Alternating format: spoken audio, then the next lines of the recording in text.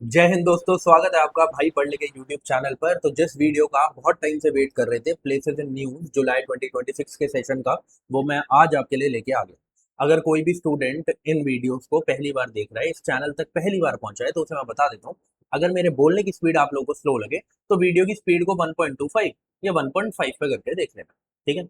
अब कोई भी सेशन स्टार्ट करते हैं तो आपको पता होना चाहिए वो सेशन हम क्यों कर रहे हैं। ठीक है। तभी आप किसी भी क्लास को पूरा देखेंगे। तो पहले मैं आपको क्लियर कर देता हूँ कि इस सेशन में हम क्या-क्या कवर करने वाले हैं। ठीक है? सबसे पहले होता क्या है, जब आप एग्ज़ाम, अगर आपने प्रीवियस ईयर पेपर्स देखे हैं, ठीक है? तो उसमें आपने देखा होगा कि प्लेसेस इन न्यूज़ को पूछने के क्या तरीके हैं। प्लेसेस इन न्यूज़ को डायरेक्टली पूछा जाता है कि ये पर्टिकुलर कंट्री है, ये इस किस-किस के साथ इसके बॉर्डर है, या तो ऐसे क्वेश्चन पूछा जाता है। या तो क्वेश्चन पूछा जाता है, ये पर्टिकुलर पेयरिंग वाले क्वेश्चन में ऐसे क्वेश्चन आते हैं कि एक प्लेस दी गई है और आगे लिखा गया है कि किस वजह से ये न्यूज़ में रही है ना? अ, और क्या किया जा सकता है, कोई भी पर्टिकुलर न्यूज़ है किसी भी एरिया की, लाइक आपने क्वेश्चन देखा होगा कि एक क्वेश्चन आया था कि कौन सी वो कंट्रीज हैं जिनमें लो बर्थ रेट हमें देखने को मिल रहा है, ठीक है, या फर्टिलिटी रेट लो है। तो वैसे क्वेश्चंस भी आते हैं। तो प्लेसेस इन न्यूज जो है ना, वो हमारे लिए बहुत सारे डिफरेंट क्वेश्चंस के लिए इंपॉर्टेंट है। तो उन्हीं सारे क्वेश्चंस को, उन्हीं सारे डिफरेंट टाइप ऑफ क्वेश्चंस को कवर करने के लिए मैंने यहाँ पर इंफॉर्मेशन को एक्यूमुलेट करके रखा है। ठीक है। तो सबसे पहले हम देखेंगे कि पर्टिकुलर प्लेस न्यूज में क्यों है। फिर अगर वो न्यूज़ में है, ठीक है, किसी रीज़न की वज़ह से होगी, तो उसका कॉन्सेप्ट क्या है, ठीक है? उसके कॉन्सेप्ट को देखेंगे कि क्या-क्या पूछा जा सकता है वहाँ से, ठीक है? उसके बाद अगर उस पर्टिकुलर इन्फॉर्मेशन से रिलेटेड कोई स्टैटिक पोर्शन भी आपका कवर हो रहा है, ठीक है? कोई स्टैटिक पोर्शन भी आपका कवर हो रहा है जो आपके डायरेक्ट सिलेबस का पार्ट है, ठीक है? तो हम उसको भी कवर करते हैं। साथ ही साथ जो भी कंटेंट रहेगा, देखो, it will B exam oriented. मैं फालतू की कोई भी चीज़ आप लोगों को नहीं करवाने वाला हूँ। उसके पीछे का रीज़न ये है कि वैसे ही हमारे पास मतलब कि सब, ये समझो कि थोड़ी ही एनर्जी है ना? क्योंकि हमें और भी काम करने हैं ना घर पे। बहुत सारे लोग होते हैं कि जो जॉब भी कर रहे हैं उसके साथ प्रिपेयर कर रहे हैं, ठीक है? बहुत सारे लोग होते हैं कि साइड हसल कर रहे हैं, साथ में प्रिपरेशन कर रहे हैं, ताकि थोड़ा फाइनेंशियल गेन भी होता रहे और अपना पढ़ाई भी चलती रहे। तो ऐसे में ऐसा नहीं होना चाहिए कि आप लोगों का टाइम वेस्ट हो। तो इस वजह से जो भी कंटेंट रहेगा, it will B exam oriented. कोई भी ऐसी चीज़ें मैं यहाँ पे कवर नहीं करने वाला हूँ जो आपका टाइम वेस्ट करे। इसीलिए सेशंस 40 मिनट से लेके 1 घंटे तक के ही होते हैं, ठीक है? साथ ही साथ कुछ क्वेश्चंस मैं आपसे पूछूंगा बीच-बीच में, उसके आंसर आप प्लीज़ कमेंट सेक्शन में करना। थोड़ा-सा क्या है कि पता चलता है, इंटरेक्शन होती है ना, मुझे भी पता चलेगा कौन कितना पढ़ रहा है, ठीक है? कौन कितनी मेहनत कर रहा है ना? वो मेरे को भी मोटिवेट करता है जब आप लोग कमेंट करते हैं तो, ठीक है? आगे बढ़ते हैं। एक और इन्फॉर्मेशन है, अभी थोड़ी देर में देता हूँ आपको, पहले हम कुछ थोड़ा पार्ट कवर कर लेते हैं। देखो, प्लेसेस इन न्यूज़ ऐसा नहीं है, मैप नहीं है, मैप नेक्स्ट पेज में है, तो इसका मैप भी हम देख लेंगे। बट पहले देख लेते हैं कि क्या न्यूज़ में, क्यों न्यूज़ में, ठीक है? अभी क्या हुआ कि रिसेंटली स्पेन में पहली बार नेशनल इमरजेंसी डिक्लेयर करी गई है। अब पहली बार करी गई है तो इस वजह से हम इसे पढ़ रहे हैं, ठीक है? और वो भी किस वजह से करी गई है कि वाइल्ड फायर्स की वजह से। आपको पता है कि जो वाइल्ड फायर्स हैं, फॉरेस्ट फायर्स हैं, ये, इनके केसेस बहुत ज़्यादा बढ़ गए हैं। अभी आपने देखा था कि यूरोप में इतनी ज़्यादा गर्मी हो गई थी, जिसकी वजह से वहाँ की रोड भी पिघलना शुरू हो गई है ना। उसके पीछे ऑब्वियसली रीज़न है, वहाँ पर जो मटेरियल यूज़ किया जाता है, वहाँ के एनवायरनमेंट के हिसाब से करा जाता है। वो हमारे इंडिया के एनवायरनमेंट जैसा नहीं है वहाँ पे जो मटेरियल यूज़ किया जा रहा है। तो इस वजह से, क्योंकि वहाँ पे एक्स्ट्रा हीट हो गई, तो इस वजह से वहाँ पे रोड पिघल रही है, कुछ हो रहा है। तो ऐसे ही स्पेन में देखने को मिला कि वहाँ पे वाइल्ड फायर के केसेस देखने को मिले, इसलिए पहली बार नेशनल इमरजेंसी लगानी पड़ी, ठीक है? स्पेन में भी कहाँ पर, आप मेनली जो मैड्रिड वाला एरिया है और एविला वाला एरिया है, वहां पर देखने को मिली। मैड्रिड जो है वो स्पेन की कैपिटल है। अभी हम मैप पे देखेंगे तो मैं आपको दिखाऊंगा, ठीक है? इसके बॉर्डर कौन कौन से हैं अभी हम देख लेंगे, मैं उधर ही दिखा देता हूँ। चलो, फिर वापस इस पे आते हैं, ठीक है? इन्फॉर्मेशन पे पहले मैं आपको मैप दिखा देता हूँ। सबसे पहले स्पेन जो है वो कहाँ पे लाए करता है, ठीक है? तो ये देखो, ये मेडिटेरेनियन एरिया है, ठीक है? मेडिटेरेनियन सी है, ओके? उसके बाद यहाँ पर आप जब आएंगे, यहाँ पर आपको स्पेन देखने को मिलेगा। अभी यहाँ पर भी आ जाएंगे हम, पहले इस वाले मैप पे देखो, ठीक है? साइप्रस भी न्यूज में था। मैंने शायद पिछले महीने की करंट अफेयर्स में करवाया था। तो साइप्रस यहाँ पे रिलाई करता है ईस्टर्न पार्ट ऑफ मेडिटेरेनियन सी, ठीक है? टर्की के नीचे। इसे भी याद रखना है, थोड़ा पहले वाला भी हम करते रहेंगे कवर, ठीक है? उसके बाद जब आप इधर आएंगे तो इधर आपको स्पेन देखने को मिलता है। अब आ जाओ इस वाले मैप पे। सबसे पहले हम बॉर्डर्स देख लेते हैं।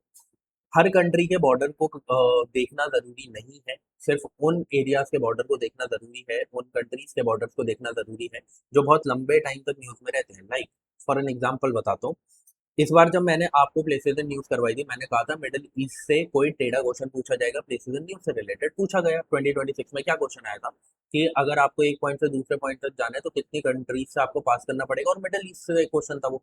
तो इसलिए मैंने कहा था मिडल ईस्ट को अच्छे से पढ़ना है भाई, ठीक है।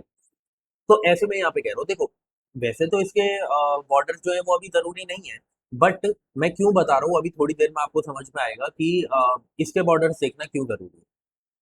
सबसे पहले तो वेस्टर्न पार्ट ऑफ मेडिटेरेनियन सी में ये आपको देखने को मिलता है, स्पेन, ठीक है। क्यों मैं बता रहा हूँ, ये जो छोटी सी आपको इधर कंट्री दिख रही है ना, ये कंट्री कोई भी मिस आउट कर सकता है, ये कंट्री कोई भी मिस आउट कर सकता है, इसीलिए बस इसके बॉर्डर देखना जरूरी है। ये कंट्री है एंडोरा, ठीक है। बाकी आप देखोगे पूरा तो फ्रांस है, ये ग्रे वाला पार्ट, बट ये जो मैंने रेड पार्ट यहाँ पर किया है ना मार्क, इट इज एंडोरा, ये भी एक कंट्री, ठीक है। तो ये मिस हो जाती है और पता ही नहीं चलेगा भाई ये कंट्री है भी या नहीं है, तो कंफ्यूजन होती है और ऐसे ही यूपीएससी फंसाता है, ठीक है। तो स्पेन हो गया। स्पेन के आप मतलब कि वेस्ट साइड जाएंगे तो वहाँ पोर्टुगल देखने को मिलेगा, नीचे की साइड आप जाएंगे मोरक्को देखने को मिलेगा, ऊपर नॉर्दर्न साइड पर दो कंट्रीज के साथ ये बॉर्डर बनाता है, one is France and one is Andorra.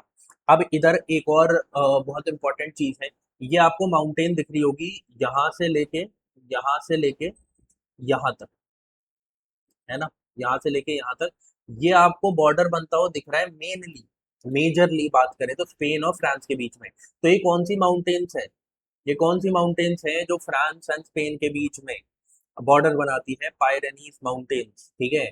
अब ये क्वेश्चन है स्टैटिक का, अगर कोई पीसीएस वाला भी देख रहा है या फिर जो यूपीएससी की तैयारी कर रहे हैं वो ऑब्वियसली पीसीएस भी देखते हैं, तो वहां पर आपने देखा होगा ये क्वेश्चन पूछे जाते हैं कि स्पेन और फ्रांस के बीच में कौन सी माउंटेन्स है जो बॉर्डर बनाती है, तो पायरेनीज माउंटेन्स, तो वो यहीं पे है, ये पूरा का पूरा जो बॉर्डर बना हुआ है, ये ग्रीन वाला पार्ट जो आपको देखने को मिल रहा है, ये क्या है? ये पायरेनीज माउंटेन्स है। एक बार मैं चेक कर लेता हूँ कि वॉइस वगैरह सब बढ़िया है, बिल्कुल बढ़िया है। चलिए, एक बार ऐसा हुआ था कि मैंने 3 घंटे की क्लास बनाई एंड उसके बाद मुझे पता चला कि माइक ढंग से कनेक्टेड ही नहीं था, वॉइस रिकॉर्ड हुई ही नहीं। तो उस दिन मैं बहुत ड्रेन भी हो गया और काम भी नहीं हुआ, है ना। तो आप थोड़ा सा टेक्स्ट देख लेते हैं कि जो यहाँ पर लोकेशन एंड बॉर्डर्स की बात करें तो पोर्टुगल अभी हमने देख लिया, वेस्टर्न साइड पे था। फ्रांस एंड एंडोरा देख लिया, नॉर्दर्न साइड में था, है ना। एंडोरा छोटी सी कंट्री, याद आ गया होगा आपको। और मोरक्को की बात करें वो साउदर्न पार्ट में था, ठीक है। अगर हम बात करें मेरीटाइम बॉर्डर्स की तो वेस्टर्न साइड पर क्या है? वेस्टर्न साइड पर है अटलांटिक ओशन, ईस्टर्न साइड पर है मेडिटेरेनियन सी, ठीक है। चेक कर लेते हैं एक बार और, अटलांटिक ओशन वेस्टर्न साइड पे, ईस्टर्न साइड पे मेडिटेरेनियन सी, ठीक है। तो इसके बीच में आपको देखने को मिलता है ये जो छोटा सा पार्ट आपको देखने को मिल रहा है, इसे क्या है? ये एक टाइप की स्ट्रेट है, स्ट्रेट का नाम क्या है? स्ट्रेट ऑफ गिब्राल्टर, ठीक है। आगे बढ़ते हैं, इसलिए यहाँ पे लिखा गया था कि या तो आप ये बोल सकते हो कि साउदर्न बॉर्डर गिब्राल्टर है या फिर मोरक्को, मोरक्को कंट्री है। तो अगर मेरीटाइम बॉर्डर पूछ ले किसके साथ है तो मोरक्को के साथ है, ठीक है। और स्ट्रेट पूछ ले तो गिब्राल्टर, ठीक है। आगे बढ़ते हैं, इसमें बाकी जो चीजें हैं that is not that important, but Pyrenees जो है ना वो बस याद रखना है, ओके। आगे बढ़ते हैं, मैं आपको एक्स्ट्रा इन्फॉर्मेशन इसलिए देता हूँ बिकॉज वो मेरा काम है कि आपको सारी इन्फॉर्मेशन प्रोवाइड कर, बट उस इन्फॉर्मेशन से क्या इंपॉर्टेंट है उसको मैं अंडरलाइन करता हूँ और मैंने मार्क किया होता है बोल्ड लेटर से, तो आपको वही करना। अभी क्या हुआ आपको पता है कि फीफा चल रहा था, फीफा 2026, तो इंग्लैंड एंड अर्जेंटीना के बीच में सेमीफाइनल्स हुआ था जिसमें अर्जेंटीना जीत गई थी, है ना। तो अब क्या है कि जैसे ही सेमीफाइनल्स में अर्जेंटीना जीती थी तो उन्होंने ये बैनर निकाला, लास मैल्विनास सॉन अर्जेंटीनाज, ठीक है। अब पता नहीं प्रोनाउंसिएशन मेरी सही है नहीं है, बट उन्होंने एक ऐसा बैनर निकाला। इसका मतलब क्या है? इन्होंने बोला कि अ, देसी भाषा में बात करें, इन्होंने बोला कि ये जो आइलैंड है, ये जो आइलैंड है फॉकलैंड आइलैंड, ये एक्चुअल में किसका है? ये हमारा है, अर्जेंटीना का है। बट करंट स्टेटस की अगर बात करें तो इसको एडमिनिस्ट्रेटिवली कौन हैंडल कर रहा है? ब्रिटिशर्स हैंडल कर रहे हैं, ब्रिटेन हैंडल कर रहा है, इंग्लैंड हैंडल कर रहा है, ठीक है। बट आप अगर देखेंगे ये किसके पास है भाई साहब? ये है साउथ अमेरिका में। साउथ अमेरिका में भी साउदर्न पार्ट में आपको पता है जो साउथ ईस्टर्न पार्ट है, उसमें कौन है? उसमें है अर्जेंटीना। ठीक है, साउथ अमेरिका के साउथ ईस्टर्न पार्ट में कौन है? अर्जेंटीना है। अर्जेंटीना से ही आपको थोड़ा ही दूर ये देखने को मिलेगा, क्या नाम है? Falkland island. इसकी कैपिटल क्या है? स्टैनले। इसकी कैपिटल क्या है? स्टैनले। पर इसको एडमिनिस्ट्रेटिव कंट्रोल किसका है इसके ऊपर? इस पर एडमिनिस्ट्रेटिव कंट्रोल है इंग्लैंड का। तो इसीलिए जब इंग्लैंड को उन्होंने हराया, तो उन्होंने इस बैनर को दिखाया, ये बोला कि जो फॉकलैंड आइलैंड्स हैं, दे आर आर्स, वो हमारे हैं। ठीक है। तो अब आपसे पूछा जाएगा अगर कि ये फॉकलैंड आइलैंड कहाँ पर है, तो यू शुड नो कि southern part of Atlantic Ocean में है। ठीक है, मैं आपको थोड़ा सा इधर दिखा दूं। ये नॉर्थ अमेरिका है। ठीक है, ये अपना साउथ अमेरिका है। ठीक है, ये अभी हम यूरोप से होके आए हैं ना, थोड़ी देर पहले यूरोप से होके आए हैं। ये हमारा अफ्रीका है। तो स्टैनले आइलैंड्स यहाँ पर है। स्टैनले आइलैंड्स, और स्टैनले कह रहा हूँ, फॉकलैंड आइलैंड्स यहाँ पर है। ये कौन सा ओशन है? This is this is Atlantic Ocean. तो southern part of Atlantic Ocean में हमें क्या देखने को मिलता है? हमें फॉकलैंड आइलैंड्स देखने को मिलते हैं। पर एडमिनिस्ट्रेटिव कंट्रोल किसका है? इंग्लैंड का। पर आप देखोगे किसके पास है? अर्जेंटीना के, इसलिए अर्जेंटीना कहता है ये हमारा। ठीक है, इंडिया कहाँ पर है जी? इंडिया यहाँ पर है जी। ठीक है, आगे बढ़। और कुछ इम्पोर्टेंट है मैं देख लेता हूँ एक बार। हाँ, जो कैपिटल है स्टैनले, वो कहाँ पर है? ईस्ट फॉकलैंड आइलैंड में, मतलब eastern part of Falkland island में है। और कुछ इम्पोर्टेंट है नहीं, जो मैंने बताया है वही इम्पोर्टेंट है। ठीक है, अभी इसका भी अभी हम मैप देखेंगे तिबेतियन प्लेट्यू का। अभी रिसेंटली क्या हुआ कि जो नेचर जियो साइंस है, यूके की एक मतलब कि साइंटिफिक फर्म है, और एक चाइनीज जियो साइंटिस्ट है। उन्होंने क्या किया? उन्होंने तिबेतियन प्लेट्यू जो है ना, उसके स्ट्रक्चरल एविडेंस लाने की कोशिश करी। ठीक है, कि ये जो तिबेतियन प्लेट्यू है ये एक्चुअल में फॉर्म कैसे हुए थे। ठीक है, तो उससे रिलेटेड रिलेटेड ये स्टडीज लेके आए। बट मेरे को ऐसा लगता है कि it is not that important कि स्टडीज में क्या लिखा था। इम्पोर्टेंट क्या है? तिबेतियन प्लेट्यू, इसमें से कौन सी रिवर्स आ रही हैं, ये कहाँ से कहाँ तक फैला हुआ है, ये कौन सी कंट्री से लग रहा है।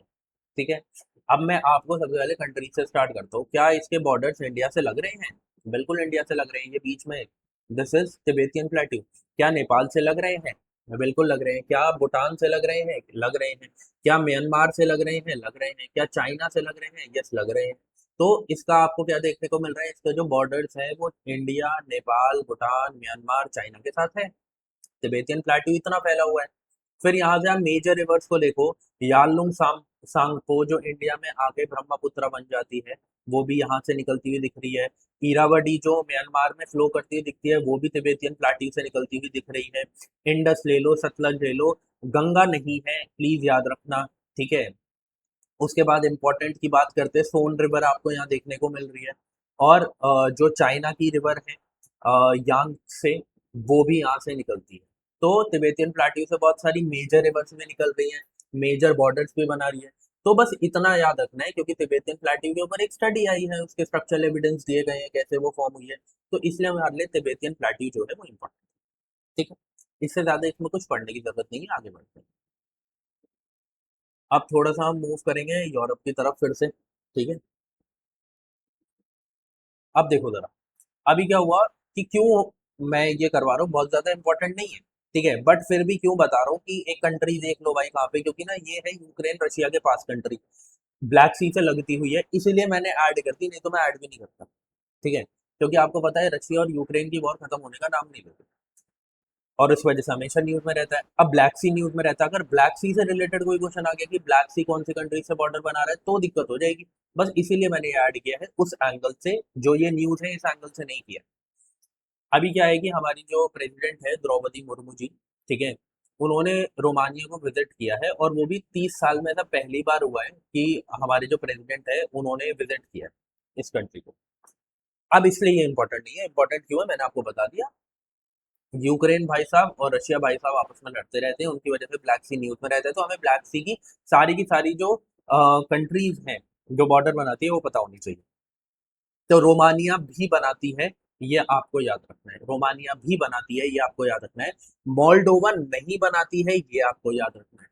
क्योंकि वो आपको घुमाएंगे ही ऐसे कि वो आपको लिख देंगे मोल्डोवा भी उस ऑप्शन में, जो है वो डाल देंगे। आपको याद रखना है मोल्डोवा ब्लैक सी के साथ बॉर्डर नहीं बनाती है, रोमानिया बनाती है। ठीक है, आगे बढ़ते हैं। अच्छा, एक काम करो, जो मैं आपसे क्वेश्चन पूछने वाला हूँ वो क्वेश्चन जरा आपसे पूछ लेते हैं अब हम, कि वो कौन कौन सी कंट्रीज हैं एंड कितनी कंट्रीज हैं जो ब्लैक सी के साथ बॉर्डर्स बनाती है। और इसी से मुझे एक और बात याद आई। देखो अभी क्या है, प्लेसेस इन न्यूज जैसे हम कर रहे हैं, आपको समझ में आ गया होगा कि बहुत ही ज्यादा मतलब कि एग्जाम ओरिएंटेड कंटेंट यहाँ पर आपको देखने को मिल रहा है। अब क्या है, होता ये है कि आप तैयारी कर रहे हैं ज्योग्राफी की, है ना। अब आप जहाँ से भी तैयारी कर रहे हैं, अच्छी बात है, करनी चाहिए। बट मैंने क्या किया आपके लिए वो मैं आपको बता देता हूँ। मैंने आपके लिए एक ऐसा कोर्स बनाया, ठीक है, जिसमें मैं एनसीईआरटी, करंट अफेयर्स, ठीक है, करंट अफेयर्स और साथ ही साथ जो फैक्ट्स हैं इंपॉर्टेंट, आपको पता है ना कि हर साल एग्रीकल्चर से रिलेटेड फैक्ट्स अपडेट हो जाते हैं, है ना, ये सारी चीजें, वो सारी के सारी जो मतलब की चीजें हैं वो कवर करने के लिए मैंने कोर्स स्टार्ट किया यूट्यूब के ही ऊपर। ठीक है, जो ज्वाइन वाला ऑप्शन है, जो ज्वाइन वाला ऑप्शन है, वहां आप जाएंगे, जो ये भाई पढ़ले का एक छोटा सा यहाँ पर मतलब कि फोटो बनी होगी, उसके साइड में ज्वाइन का ऑप्शन आपको दिखेगा।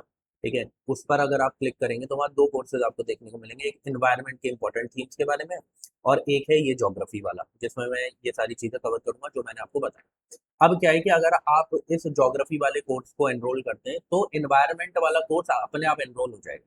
ठीक है, तो मेरा यही रहेगा कहना कि आपका उसी अमाउंट में जो वहां पर आपको दी गई है, उसी अमाउंट के अंदर आपका ज्योग्राफी भी कंप्लीट हो जाएगा। पर ज्योग्राफी कंप्लीट होने में वो मंथली सब्सक्रिप्शन है, पर ज्योग्राफी कंप्लीट होने में 1.5 मंथ्स लगेंगे। ठीक है, तो लेकिन एक फायदा है आपका कि इन्वायरमेंट वाली वीडियोस भी आपको मिल जाएगी, जिससे आपकी जितनी भी इंपॉर्टेंट चीजें इन्वायरमेंट की वो भी कवर हो जाएगी, मतलब कि एक ही पैसे देने में आपके दो सब्जेक्ट कवर हो जाएंगे। ठीक है, तो ये इनिशिएटिव मैं आपके लिए लेके आया हूँ।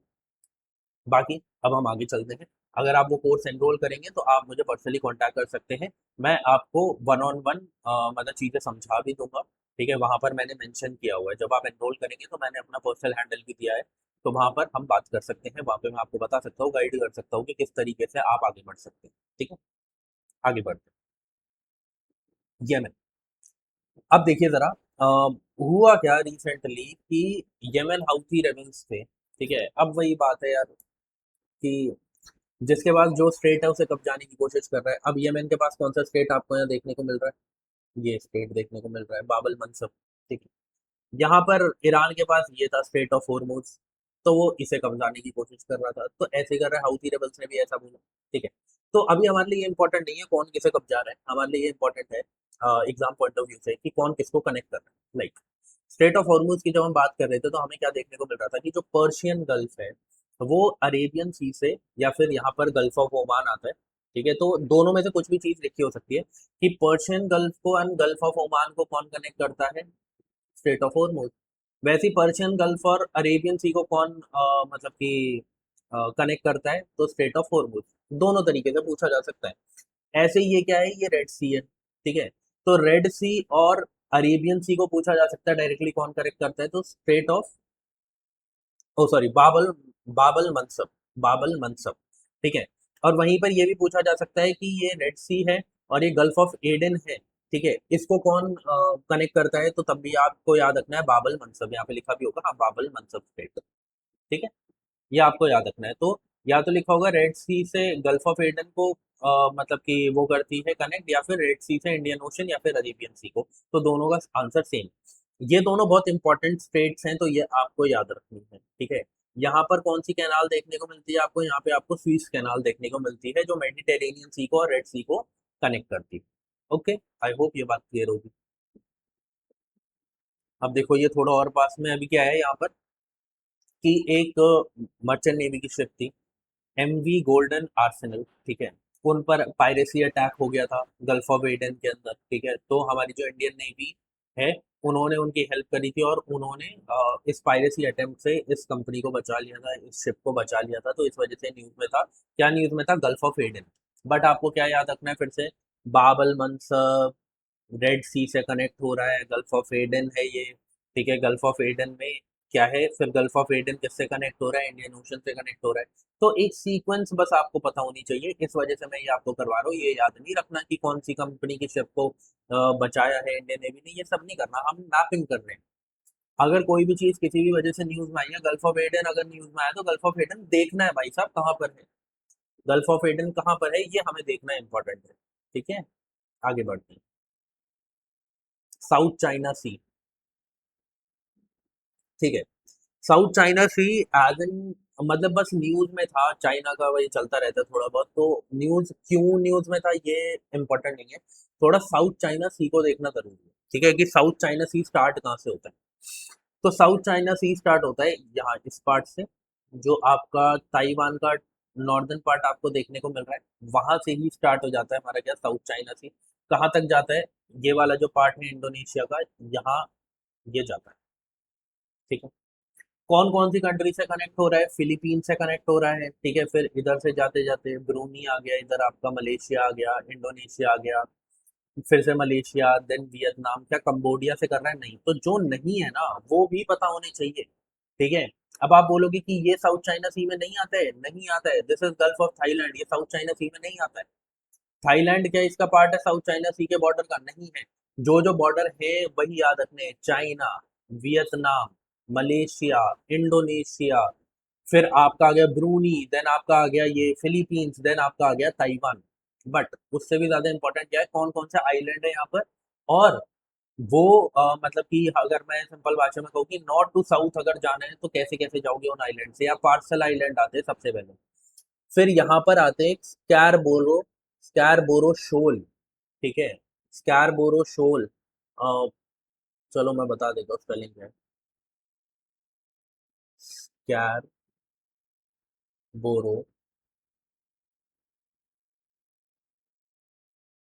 शोल। ठीक है, पार्सल आइलैंड के बाद आते हैं स्कैरबोरो शोल। ठीक है, फिलीपींस का जो ये वाला पार्ट है एकदम इसके लेफ्ट में है, ऐसे ही मैंने भी याद किया है। ठीक है, फिर आप थोड़ा और नीचे जाएंगे तो आपको देखने को मिलेंगे स्पार्टली आइलैंड्स। क्वेश्चन ये भी पूछा जा सकता है, पार्सल आइलैंड्स, स्कैरबोरो शोल, स्पार्टली आइलैंड, ये कौन से सी का पार्ट है, तो याद रखना है साउथ चाइना सी का पार्ट है, इसीलिए ये इंपॉर्टेंट है। ठीक है, आगे बढ़ते हैं। बस पानी पी लेता हूँ फिर थोड़ा सा और आगे बढ़ते हैं।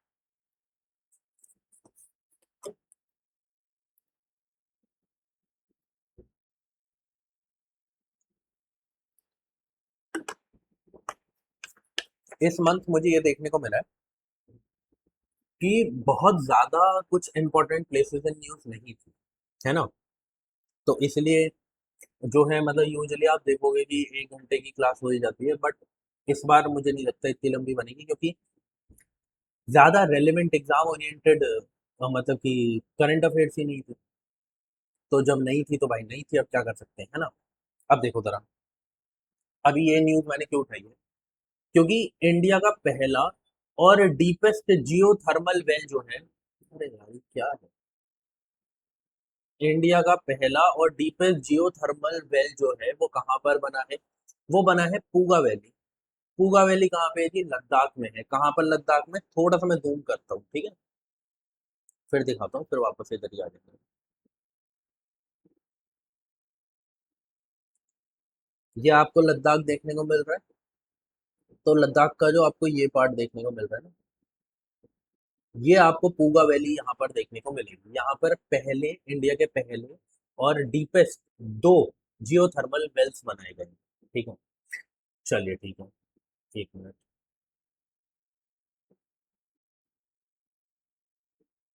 ओके, जियो थर्मल वेल्स बनाए गए हैं कहाँ पे, पूगा वैली। तो अब पूछा जा सकता है कि वेयर इज पूगा वैली, तो याद रखना है कहाँ पर है पूगा वैली, लद्दाख में है पूगा वैली। ठीक है, अब क्या है कि पूगा वैली में भी कहाँ पर, चांग थांग रीजन जो है वहां पर आपको ये लद्दाख जियो थर्मल वेल्स देखने को मिलते हैं। अब आपके दिमाग में जरूर आ रहा होगा कि यार ये जियो थर्मल वेल्स जो है ये करेंगे क्या। जियो थर्मल मतलब कि हमें हीट मिल रही है, क्या मिल रही है, हमें हीट मिल रही है। ठीक है, वो जो पानी है, जो जियो थर्मल है, वो पानी जो है, मतलब नीचे वेल जाएंगे ऑब्वियसली, पानी के लिए बनाएंगे, वो इतना गर्म पानी है कि वहां से क्या हो रहा है, वहां से हमें हीट एनर्जी देखने को मिल रही है। अब आप उस हीट एनर्जी को यूज कर सकते हैं अपने घर में हीट प्रोवाइड करने के लिए भी, आप उस हीट एनर्जी को यूज कर सकते हैं इलेक्ट्रिकल एनर्जी बनाने के लिए भी। तो क्वेश्चन ये भी पूछा जा सकता है कि जियोथर्मल वेल्स क्यों इंपॉर्टेंट है। ठीक है, तो होता क्या है कि हम डीप ड्रिल्स करते हैं अर्थ के अंदर, ताकि जो अंडरग्राउंड थर्मल एनर्जी है हम उसे ग्रैब कर पाए। ठीक है, ताकि उससे इलेक्ट्रिसिटी जनरेट करी जा सके, बिल्डिंग्स को हीट करने के लिए उसे यूज किया जा सके। ठीक है, इंडस्ट्रियल प्रोसेसेस को रन करने के लिए उसे यूज किया जा सके, मतलब कि एक एनर्जी सोर्स है जियोथर्मल वेल्स। तो अगर क्वेश्चन कभी आ जाए कि एनर्जी सोर्सेज आप बताइए, जैसे बोल दिया जाए कि which of the following are not conventional energy sources, तो अगर उसमें जियोथर्मल वेल्स आ गया तो ये it will be the right answer, क्योंकि ये ट्रेडिशनल नहीं है। ठीक है, ये कन्वेंशनल नहीं है, ये न्यू टाइप के तरीके हैं। ठीक है, प्लस ये रेन्यूएबल भी, ये नॉन रेन्यूएबल सोर्सेज नहीं है, ये रेन्यूएबल सोर्सेज है, हमें खुद अर्थ प्रोवाइड कर रही है। ठीक है, और इसका कोई अंत नहीं है। ठीक है, तो इस वजह से दे आर रेन्यूएबल सोर्सेज, तो हम ऐसी सोर्सेज की तरफ जा रहे हैं ना। तो इस वजह से जियोथर्मल वेल्स जो है वो इम्पोर्टेंट है, और हमारे देश के पहले और डीपेस्ट दो जियोथर्मल वेल्स कहाँ पर हैं, they are in Puga valley in Ladakh. ठीक, आगे बढ़ते हैं। थोड़ा पोर्ट्स, अभी एक पोर्ट न्यूज में था, तो इस वजह से मैंने सोचा कि सारे के सारे पोर्ट्स कर लेते हैं, है ना। अब देखो हमारे देश के अंदर कितने मेजर पोर्ट्स हैं, वैसे 14 हैं, बट आप कहोगे यार हमने तो 12 ही पढ़े हैं। देखो, दो नॉन ऑपरेशनल है। ठीक है, अभी 12 जो है वो ऑपरेशनल है, इसलिए 12 मेजर पोर्ट्स बोले जाते हैं, पर दो पर अभी काम चल रहा है। ठीक है, तो ये जो कामराजर पोर्ट लिमिटेड है, इसने रिसेंटली अपनी कैपिटल ड्रेजिंग फेज 6 प्रोजेक्ट को कंप्लीट किया है। फेज 6 प्रोजेक्ट को कंप्लीट किया है। ठीक है, फेज 6 प्रोजेक्ट को कंप्लीट किया है। क्या हो रहा है भाई साहब ये।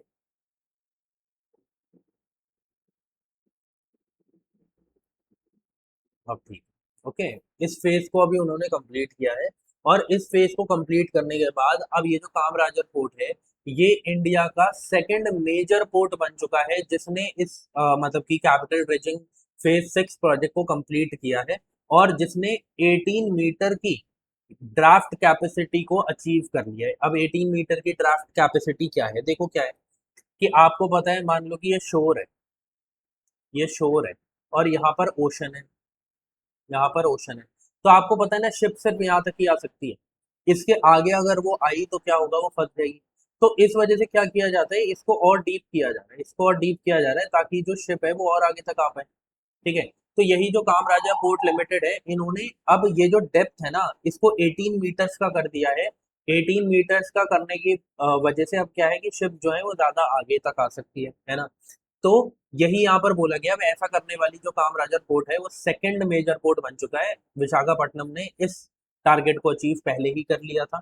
ठीक है, अब हमारे लिए ये तो इम्पोर्टेंट था, बट अब हमारे लिए स्टैटिक का पोर्शन क्या इंपॉर्टेंट है। टोटल मेजर पोर्ट्स कितने हैं, 12। लार्जेस्ट पोर्ट बाय वॉल्यूम की बात करें तो कौन सा है, दीन दयाल पोर्ट, जिसको कांदला पोर्ट भी बोलते हैं, इट इज इन गुजरात। अगर लार्जेस्ट नेचुरल पोर्ट बोल बाय साइज, तो कौन है वो हमारा है मुंबई पोर्ट, जो कि महाराष्ट्र में आपको देखने को मिलेगा।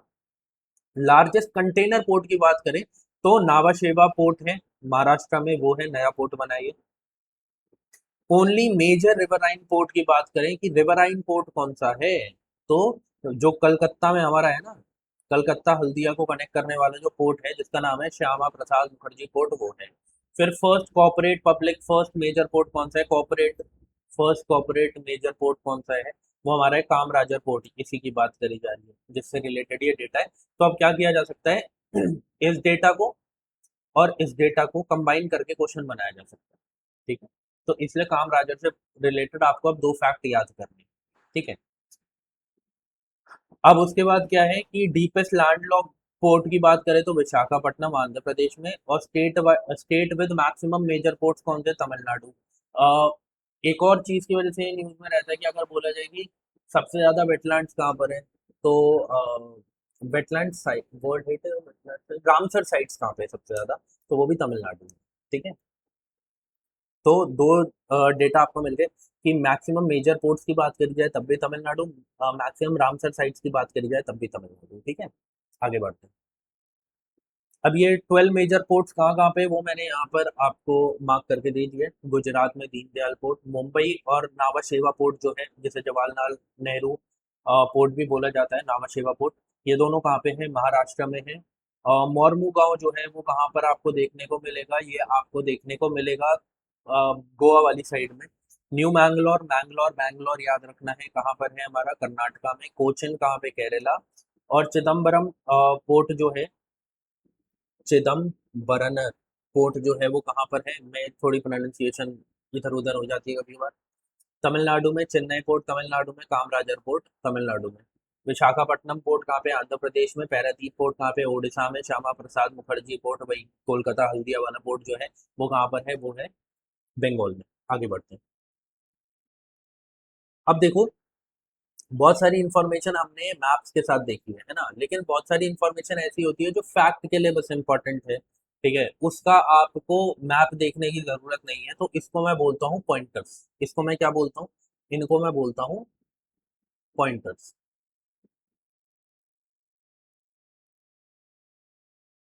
ठीक है, तो ये पॉइंटर्स मैं आपको हर बार देता हूँ, तो यहाँ पर भी मैंने दिया कि अभी रिसेंटली क्या हुआ था, 48th UNESCO world heritage committee बैठी थी कहाँ पे, साउथ कोरिया।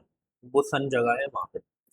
तो यहाँ पर 25 नई प्रॉपर्टी को वर्ल्ड हेरिटेज लिस्ट में ऐड किया गया। That is not important for us, उसमें से जो इंडिया की है वो अभी हम देख लेंगे, वो हमारे लिए इम्पोर्टेंट है, बाकी नहीं। बट उससे ज्यादा इम्पोर्टेंट क्या है कि इस लिस्ट में वर्ल्ड हेरिटेज इन डेंजर में ऐड किया गया है कुछ जगहों को, वो हमें पता होनी चाहिए, क्योंकि वो सिर्फ 6 हैं, सिर्फ 6 जगहें हैं। ठीक है, तो पहली कौन सी है, साउथ सुडान में एक जगह है, बोमा बैंडन गीलो माइग्रेटरी लैंडस्केप। उसके बाद हमारा लेबनान में एक जगह है, mount Emil Castle's. State of Palestine में एक जगह है, सेबास्टिया, वो हमें याद रखनी है। फिर उसके बाद यूक्रेन में है ancient city of Tauric Chersonese, and एक और उसी का एक शौरा है वो। फिर उसके बाद सूरीनेम में कौन सी है, historic inner city of Paramaribo. Then Lebanon में है टायरे। ठीक है, तो लेबनान की 2 जगहें आपको देखने को मिली हैं। अब क्या है कि क्या सारी जगहें याद करनी है, नहीं, एक एक बार पढ़ो याद हो जाता है। ठीक।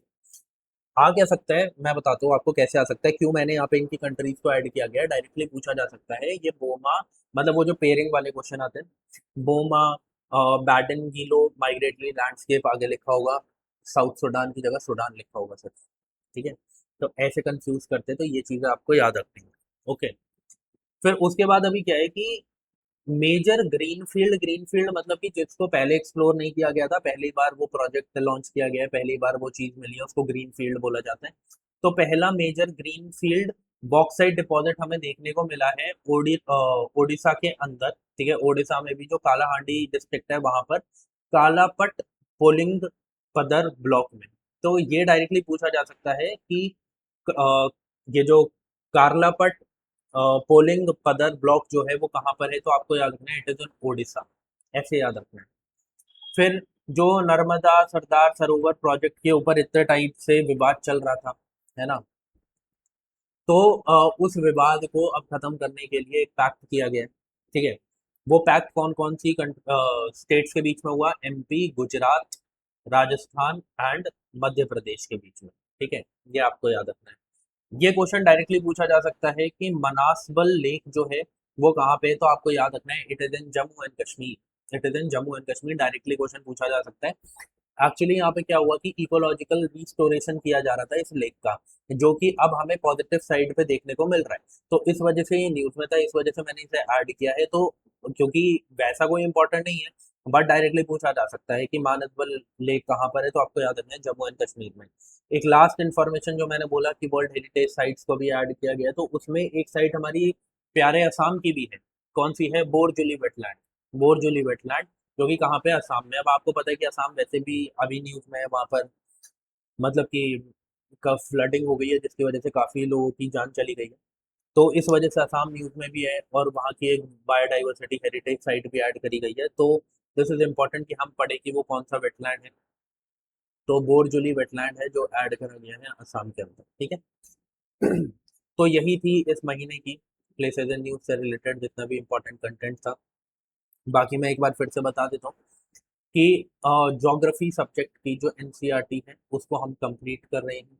ठीक है, प्लस जो भी इम्पोर्टेंट फैक्ट्स हैं जो पिछले सालों में पूछे गए हैं, ठीक है, उसको भी हम एक साथ कंप्लीट करेंगे। जो भी करंट फैक्ट्स हैं, करंट अफेयर से रिलेटेड चीज़ें हैं, जैसे एल नीनो बहुत न्यूज़ में है, तो एल नीनो क्यों न्यूज़ में है, वो सारी चीज़ें करके एल नीनो भी हम पढ़ लेंगे, है ना। तो एनसीईआरटी के फॉर्मेट में चलेंगे जिस तरीके से वहाँ चैप्टर्स दिए, बट सिर्फ एनसीईआरटी कवर नहीं करें, एनसीईआरटी के साथ बहुत सारी चीज़ें हम कवर कर रहे हैं। प्लस अगर आप इस एनसीईआरटी वाले कोर्स में, जो ज्योग्राफी का एनसीईआरटी वाला कोर्स है, उसमें आप एनरोल करते हो, तो साथ ही साथ आपको एनवायरनमेंट की जो इम्पोर्टेंट थीम्स है उनका भी एक्सेस मिल जाएगा। तो एक तीर से दो निशाने, है ना। तो आप उसे एनरोल कर सकते हैं, वहाँ पे मैं रेगुलरली क्लास ले रहा हूँ, हफ्ते में मैं 3 दिन आपकी क्लासेस करवाऊंगा। अब ऐसा होता है ना कि आप लोगों के दिमाग में होगा, अगर हम लेट हो गए तो, अगर हमारे को डाउट हुए तो कोई बात नहीं ना, क्या हो गया, कमेंट सेक्शन है ना, कमेंट सेक्शन में कमेंट करो। संडे को मैंने रखा हुआ है कि संडे को मैं डाउट क्लासेस लूंगा।